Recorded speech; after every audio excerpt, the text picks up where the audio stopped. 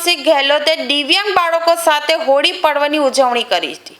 અડાજણ ખાતે આવેલા જીવન વિકાસ ટ્રસ્ટના દિવ્યાંગ બાળકોને પિચકારી સહિત કીટનું વિતરણ કરી બાળકોના માથે અને કપાળે તિલક હોળી લગાવી ઉજવણી કરી હતી। તો દિવ્યાંગ બાળકોને સંબોધિત કરતા પોલીસ કમિશનરના ધર્મપત્ની સંધ્યા ગેહલોત ભાવુક થયા હતા અને ચાલુ સ્પીચમાં કહ્યું હતું કે શા માટે ભાવુક થઈ તે મને ખબર નથી, પરંતુ બાળકો પ્રત્યેની ભાવના હતી। આજે ખૂબ જ ગૌરવભેર લાગણી અનુભવું છું। દિવ્યાંગ બાળકો સાથે હોળીની ઉજવણી કરવા પહોંચેલા સુરત પોલીસ કમિશનર અનુપમસિંહ ગેહલોતે જણાવ્યું હતું કે અમે આ જ સમાજમાંથી આવીએ છીએ। દિવ્યાંગ બાળકોનો હોસલો વધારવાનો પ્રયાસ છે।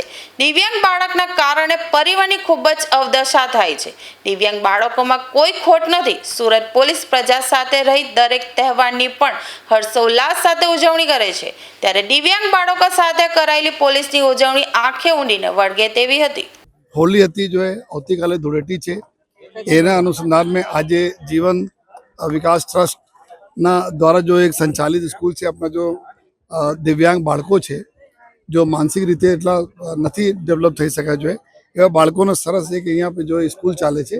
તો આજે અમારા માનનીય ડિપ્ટી સીએમ સાહેબ ના સૂચનાથી જો અને આજે અમે લોકો બધા પોલીસ પરિવાર અહીંયા આવ્યા છીએ જો અને એવા બાળકો સાથે જો હોલી સેલિબ્રેટ કરવા માટે જો આ બાળકોને અમે લોકો જોયા કે એટલા સરસ એના કુદરતે એક ટેલેન્ટ આપી છે કે આ લોકો અલગ અલગના વિચારોના જો કેવી રીતે જો ચિત્રના માધ્યમથી હેન્ડીક્રાફ્ટના માધ્યમથી એના જો પ્રદર્શિત કરે છે। તો ખૂબ ખુશી અમે લોકોને છે કે એવા બાળકો સાથે આવીને અમે લોકો જો હોલી મનાવીએ છીએ। સમાજના એક એવા અંગ છે જો કે અમારા જે રીતે અમે હોલી હોય છે, હોલીમાં અલગ અલગ કલર હોય છે, अलग अलग कलर મળીને એટલા खूबसूरत कलर बने છે, જિંદગી खूबसूरत બનાવે છે। આ પ્રકાર અમારા સમાજ બી એવું છે કે તમામ પ્રકારના લોકો માટે જો સમાજ બધા વર્ગ મળીને જો બધાને જિંદગી खूबसूरत બનાવે।